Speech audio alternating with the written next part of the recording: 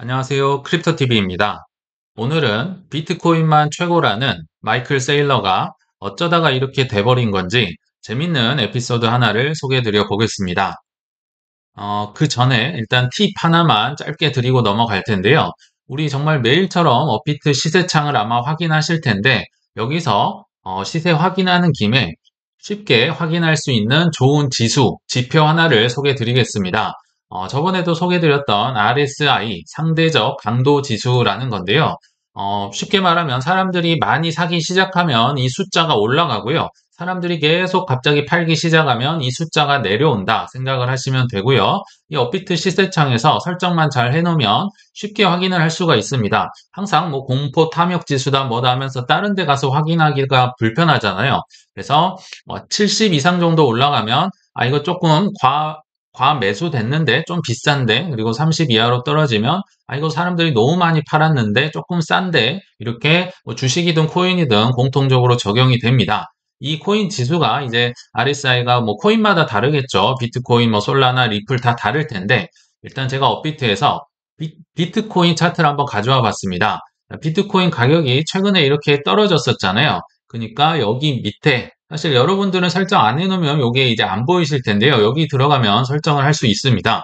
그러니까 가격이 떨어지니까 RSI 지수가 여기 잘 안 보이시겠지만 한때 30.9 정도까지 떨어졌었습니다. 30 정도면 싸네 느낄 수 있을 텐데 많이 떨어진 거죠. 사람들이 이렇게 음봉이 나오면서 거래량이 팔아버리는 이제 지수가 엄청나게 올라간 거죠. 그러다가 비트코인 가격이 5월 3일 오후 한 2시경에 한 8,400만 원까지 반등을 하니까요. 현재 34.9 정도로 이제 올라온 거죠. 그리고 반대로 여기 이제 뭐 1억이 넘어가네 만에 굉장히 즐거웠을 때 RSI 지표를 보니까요. 여기 지금 점선이 70 정도인데요. 다 뭐 70을 한참 위에서 놀고 있죠. 막 80에서 90까지 갔던 것 같고요. 근데 또 이게 뭐 100% 정확한 건 아닌 게요. 1억이 넘었을 때도 이렇게 위에서 놀고 있지만 여기 보시면 여기 7천만 원 즈음에서도 뭐 한 80, 90에서 RSI가 놀고 있잖아요. 그러니까 약간은 뭐 실시간 지표라기보다는 약간은 후행할 수 있다. 이게 막 오르기 시작하면 가격이 이제 나중에 올라간다. 뭐 이렇게 보셔도 좋을 것 같아요. 아무튼 뭐 다른데 뭐 가서 확인하는 지표가 아니니까 업비트 보실 때마다 뭐 종종 매수하거나 매도할 때 뭐 과매수인지 과매도인지 확인하면 좋을 것 같고요.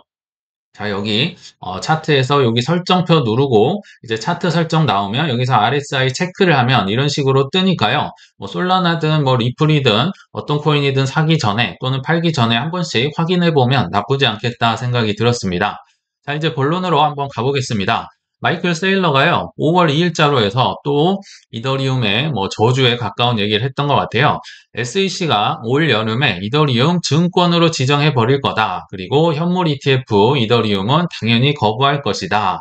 사실 예전부터 이런 얘기를 뭐 자주 했었던 분이거든요. 자, 누구도 이들 중에 알트코인 얘기를 하는 거죠. 누구도 현물 ETF로 포장되지 않을 것이며 누구도 월가의 선택을 받지 못할 것이다. 오직 나만, 비트코인만 선택을 받을 거라는 얘기를 하고 있는 거죠. 왜 이렇게 됐는가 참 안타까운데, 아무튼 5월 2일자 뭐 마이크로 스트래티지 월드라는 이제 행사에서 이런 얘기를 했었다고 합니다. 그러면서 예나 지금이나 뭐 BNB, 뭐 솔라나, 리플, 뭐 카르다노 이런 게 이제 주 뭐 메이저 코인이라고 할 수 있는데요. 이런 웬만한 다른 암호화폐들 다 미등록 증권 지정을 받을 것이다. SEC에게 너네들 고소당할 거야. 뭐 이렇게 저주에 가까운 얘기를 하고 있습니다. 정말 뭐 볼 때마다 이거 왜 그러는지, 불만이 왜 이렇게 많은지 이런 생각을 갖고 이제 여기에 대한 뭐 여러 가지 얘기를 좀 나눠보려고 합니다. 이 사람이 왜 이렇게 됐는지 알아보려면요. 인생사를 좀 들어볼 필요가 있겠죠. 왜 이렇게 되셨나? 한번 일단 짧게 한번 알아보겠습니다. 이분은 마이클 세일러는 1965년 미국생입니다. 그리고 생각보다 공부를 굉장히 잘했던 것 같아요. MIT 뭐 공대에 항공우주학 이제 전공으로 해서 들어갔었고요. 심지어 장학생으로 장학금 받고 들어갔습니다. 들어가서도 뭐 정치다, 사회다, 경제다 뭐 여러 가지 복수 전공을 하면서요. 굉장히 성과도 좋았고 뭐 과대표로도 뽑히고 공부를 잘했던 것 같아요. 그래서 MIT에서 MBA 경영대학원 논문의 주제가 르네상스 이탈리아 수학의 뭐 수학적 모델이다. 뭐 말만 들어도 어려운데요. 뭐 이렇게 뭐 이과적으로 굉장히 뭐 특출났던 것 같습니다.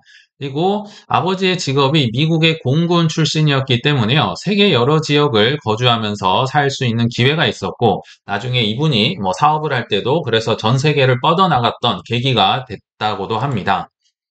그리고 1988년 불과 이 친구가 23세였을 때 듀폰이라는 미국에 큰 화학 회사가 있거든요. 여기에 컨설팅을 해주는 사내 고문으로 입사를 했다고 합니다. 그러면서 이 회사의 시장 예측 모델을 개발했다. 그러니까 컴퓨터로요, 뭐 모델을 뚝딱뚝딱 해서 만들어서 이 제품은 이 뭐 화학 이 군은 앞으로 많이 팔릴 것이고 이쪽은 좀 떨어질 것이고 이런 경제 예측 모델을 개발했는데요. 이게 정말 잘 맞아 떨어지고 대박이 났던 거죠. 근데 뭐 이 마이클 셀러는 워낙 뭐 특출났던 친구니까 이제 1년 정도 다니다가 퇴사를 하려고 했었겠죠. 그러니까 듀폰의 임원들이 다 뜯어 말리면서 우리가 돈 대줄게. 너가 이 팀장 맡고 너가 알아서 다 해봐. 그렇게 나온 게 바로 그 유명한 마이크로 스트래티지의 전신이었다고 합니다. 그러니까 뭐 참 시작부터 특출났던 이과 뭐 천재였던 것 같아요. 그리고 그 이후로도 뭐 승승장구도 하고 회사 상장도 하고 하면서 96년도에 KPMG, 97년도에도 언스트 앤 영, 이 둘 다 4대 회계 법인 중 하나입니다. 여러 군데에서 이제 지정하는 올해의 기업가에 선정이 됐었고요. 2000년대 초까지만 하더라도 순자산이 70억 불 정도 돼가지고요. 워싱턴 포스트에서 우리 워싱턴에서 부자, 당신이 가장 부자인 사람이다. 1위에 선정이 됐다고 합니다. 이때만, 그러니까 비트코인과 상관없을 때도요, 이미 부자가 될 대로 됐던 굉장히 특출났던 사람이다. 그리고 99년도에도 이제 뭐 비영리처럼 세일러 아카데미를 만들어서 무료로 교육 사업도 했었고, 2012년도에는 모바일 웨이브라는 책을 집필해서 미국 전체에서 뭐 5위 안에 들었던 책이었다고 합니다. 그러니까 비트코인 알기 전에는 뭐 핸드폰이다, 아니면 뭐 여러 가지 소프트웨어를 판다 하면서 이과 천재로서의 모습을 두각을 보였었다. 근데 그런 거 말고 왜 비트코인만 좋다고 하는지 자, 이제 그 썰을 한번 말씀드릴 텐데요. 사실 제가 한 1년 전쯤에 한번 얘기를 드렸었는데요. 정말 오랜만에 다시 한번 얘기를 드려볼게요. 여기 세일러 될 뻔, 사실 이름이 세일러잖아요. 항해사인데 정말 될 뻔했던 얘기가 있었는데 자, 한번 들어가 보겠습니다. 마이크로 스트래티지가 이제 소프트웨어를 파는 굉장히 장사를 잘하고 마케팅을 잘했던 회사였다고 합니다. 뭐 아르헨티나다 뭐 브라질이다 가서 수많은 돈을 벌었겠죠. 그래서 아마 뭐 2, 30년 전 얘기 같아요. 아르헨티나에서도 100만 불 정도의 수익을 거둔 시점이었다고 합니다. 그래서 당연히 이 돈을 아르헨티나 은행에 예금을 해 놨었는데 이게 갑자기 어느 날 한순간 자본통제법이라는 걸 만들어서요. 아르헨티나가 뭐 미국이든 일본이든 독일이든 아무튼 다른 나라 송금하는 걸 다 금지를 시켜버렸다고 합니다. 갑자기 아닌 밤중에 날벼락을 맞은 거죠. 그래서 이 자본통제법이 실시된 첫째 날에 급하게 이제 돈을 뭐 자국 은행 중에 하나잖아요. 뱅크 오브 아메리카 아르헨티나 내에 있는 이쪽으로 옮겼는데요. 문제가 하나 생겼습니다. 달러로 갖고 있어야 되잖아요. 그러나 자국 은행 내 외화 보유 금지. 그러니까 우리 아르헨티나에서는 그 뭐 달러 같은 거 들고 있지 마. 그냥 페소로만 들고 있어. 이게 법으로 첫째 날에 이제 땅땅땅 이제 그 결단이 난 거죠. 그러니까 어쩔 수 없이 울며 겨자 먹기로 페소를 들고 있었어야 되는데요. 바로 둘째 날입니다. 그 들고 있는 페소를요. 달러 대비 10분의 1로 평가절하. 그러니까 이게 쉽게 와닿게 얘기를 하려면요. 하루아침에 마이너스 90%를 맞았다는 뜻입니다. 10분의 1 토막이 났다는 거니까요. 엄청난, 그러니까 1대1, 페소 대 달러가 이때만 해도 1대1 비중으로 바꿔졌는데 10대1로 갑자기 그 10분의 1 토막이 났다는 거죠. 이게 어떻게 그 하루아침에 될 수 있었냐면요.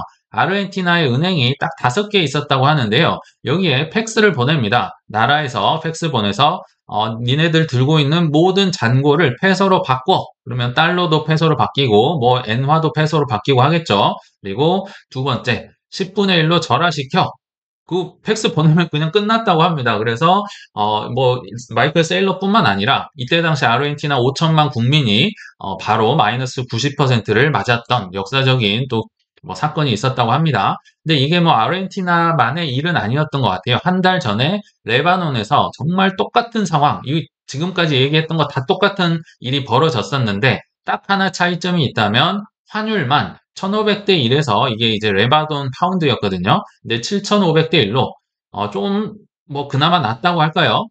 아르헨티나가 마이너스 90% 맞았으면요. 레바논은 마이너스 80% 맞았다. 뭐 그 차이만 있고 나머지는 다 똑같다고 합니다. 그러니까 이런 걸 이제 마이클 셀러가 보면서 아 이거 답이 없는데 이런 걸 이제 느꼈다는 거죠.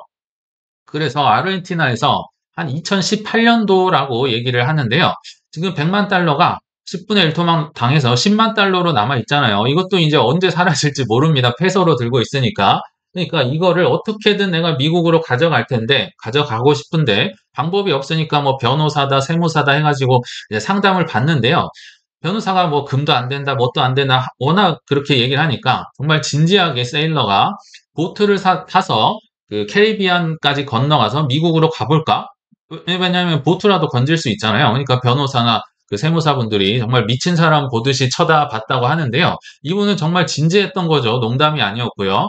비록 그 꿈을 이루진 세일러가 되지는 못했지만 이때 깨달았겠죠. 돈 버는 재주, 뭐 내가 많이 갖고 있었지만 이것보다 더 중요한 건 이 번 것을 지킬 수 없다면 아무 소용 없구나.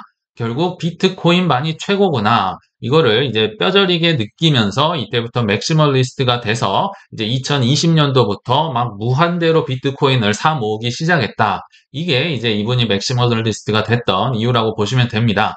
근데 이분만 이런 일을 겪진 않았었겠죠. 2016년도였는데요. 이집트 나름 뭐 애굽이라고 하면서 엄청난 고대 문명을 자랑했던 현재 인구도 1억 명이 넘습니다. 거기서도 2016년도에 이집트 파운드가요 달러 대비해서 그냥 하루아침에 반토막이 났던 적도 있습니다. 지금도 뭐 IMF 구제금융 받는다고 하면서 뭐 비실비실 되고 있는데요. 하루 만에 반토막이 났었다. 그리고 제가 그냥 머릿속에 있는 거 잠깐 한번 좀 나열을 해봤거든요. 2015년에도 그리스가 뭐 금융위기 맞았다고 하면서 출금 제한했었다. 60유로 이상은 은행 그 ATM기에서 뽑아지질 않는 겁니다. 뭐 돈이 없다, 뭐 위기다 하면서 뱅크런 발생을 하니까 뭐 이렇게 막아버릴 수 있다. 하루 만에 이제 하루 출금 제한이 이렇게 걸린 거죠. 그리고 2017년에도 프레토리코에서 비슷한 이유로 100달러 이상 뽑아갈 수 없다. 뭐 발표를 해버렸었고요. 뭐 러시아 최근에 많이 보셨겠지만 그 정적 리발리 지금은 죽었잖아요. 푸틴의 정적 이분 계좌 당연히 동결시켰을 거고 최근에 JP모건 뭐 미국이 워낙 괴롭히니까 JP모건의 계좌도 동결을 시켰습니다. 그리고 캐나다도 그 코로나 시절에 트럭 기사들의 계좌를 동결시켰었고 뭐 최근에 이스라엘도 하마스 계좌 당연히 동결시켰겠죠. 그리고 미국도 한국을 시켜서 그러니까 한국 내에 있는 이란 계좌를 동결시키고 그러니까 누가 잘못했다 잘못 없다를 떠나서요. 그냥 이런 역사는 과거에도 계속 있었고, 현재도 진행 중이고, 미래도 있을 것이다. 그러면 중립적인 사운드 머니라고 하잖아요. 이 마이클 셀러가 처음 이것도 썼던 얘기인데, 이 건강한 돈으로 내 재산을 지키자. 뭐, 비단 마이클 셀러만 이렇게 느끼는 건 아닐 거란 생각이 듭니다. 그러나, 이렇게 성공하고 잘 나가는 사업가도요, 저는 완벽한 사람은 아니고, 단점은 뭐 있다고 생각이 들거든요. 제가 한 세 가지 정도 이번에 단점을 한번 나열을 해보겠습니다. 첫 번째, 물론 아무리 좋긴 한데요. 비투는요, 언제나 부작용이 있습니다. 다 배워도 좋지만, 비투하는 건 그렇게, 특히나 비트코인 같이 이 힘든 거를 비투하는 건 좀 어렵다. 좀 배우면 안 좋겠다. 이런 생각이 들었거든요. 실제로 2022년 5월에 테라루나 사태가 벌어진 이후에 이제 뭐 굉장히 많이 떨어지니까요. 신문지 상을 이제 도배했던 얘기가 마이크로 스트래티지 마진콜 당하겠다. 일정 이제 금액 비트코인이 이하로 떨어지면요 내 거 돈 청산된다 이런 위기가 정말 퍼다 있었습니다. 그때 당시 은행 이름은 까먹었는데요. 이 자기들이 갖고 있는 비트코인을 담보로 해서 어떤 은행에서 이제 그 2,500억 원 정도의 담보 대출을 해서 비트코인을 또 산 거죠. 그러니까 비트코인을 담보해서 비트코인을 또 샀는데 이 담보한 게 비트코인이 떨어지면 이제 청산이 되는 거죠. 그래서 실제로 좀 간당간당 했었던 기억이 나거든요. 본인은 괜찮다고 하겠죠. 그러나 이게 뭐 본인의 개인 회사도 아니고요. 법인이잖아요. 그리고 주주들이 뭐 뱅가드도 있고 블랙락도 있고 여러 주주들이 있는데 본인은 괜찮다고 하지만 당시에 마이너스 1.2조 원의 손실을 실제로 투자하면서 기록하고 있었다고 합니다. 그러니까 어쩔 수 없이 22년 8월에 이분이 그래서 CEO에 물러났던 사건, 이 B2 때문에라고 보셔도 좋을 것 같아요. 물론 지금도 영향력을 많이 발휘하고는 있지만요. 자, 두 번째 단점. 성공한 자들은 거의 뭐 비슷한 공통점을 갖고 있는데요. 내가 성공한 방정식 외에는요, 인정 못한다. 뭐 줘도 안 갖는다. 워런 버핏이 이런 얘기도 했었잖아요. 뭐 워런 버핏이다, 제이미 다이먼이다, 아니면 그 피터 시프라든지 이런 친구들은 내가 성공했던 게 있기 때문에요. 다른 게 좀 잘 들어오지 않는 것 같아요. 내 것만이 이제 최고다. 비트코인만이 최고고, 뭐 다른 건 알트나 안 좋다. 이런 얘기를 할 수 있는데요. 제 생각엔 알트코인 분명히 필요합니다. 단지 다를 뿐입니다. 용도가. 그리고 실제로 많이 오랫동안 살아남았던 알트코인 중에 비트코인의 그 수익률을 훨씬 능가하는 거 많이 있거든요. 조금 편향된 시각이 아닌가 생각이 들고요. 마지막 세 번째로 이분이 얘기하는 건 비트코인은 비증권이다. 그러니까 ETF가 당연한 거고 다른 알트코인들은 증권이기 때문에 ETF라서 안 된다. 뭐 이런 얘기를 자꾸 하거든요. 근데 한번 생각해 보시면요. 이분이 정부를 못 믿어서 탈중앙화를 뭐 추구하기 때문에 비트코인을 샀었을 텐데요.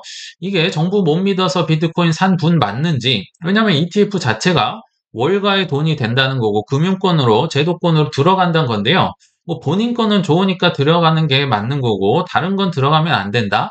제가 볼 땐 너무 뭐 큰 성공이 좀 편향된 시각을 갖게 한 게 아닌가 이런 생각을 해봤습니다. 근데 뭐 저도 정답은 아닐 수 있으니까 뭐 그건 좀 참고를 해주시고요.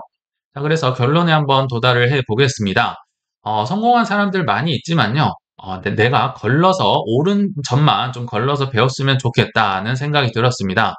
성공한 사람들이요, 다 옳은 건 아닙니다. 여기 계신 비트코인 맥시멀리스트들 제가 많이 모셔봤는데요. 이분들도 여러 가지 실패를 겪었었고, 또 지금도 어떤 면에서는 실수하고 있는지도 모르겠습니다. 근데 저들 같은, 뭐 저를 포함해서 모든 이제 뭐 유튜버다 인플루언서들을 맹목적으로 따르기보다는요, 오히려 내가 산 알트코인으로 저들을 어떻게 하면 설득시킬 수 있을지, 뭐 나만의 논리나 뭐 공부 시간을 좀 가져보시길 바라면서 이만 저는 물러가겠습니다. 시청 감사합니다.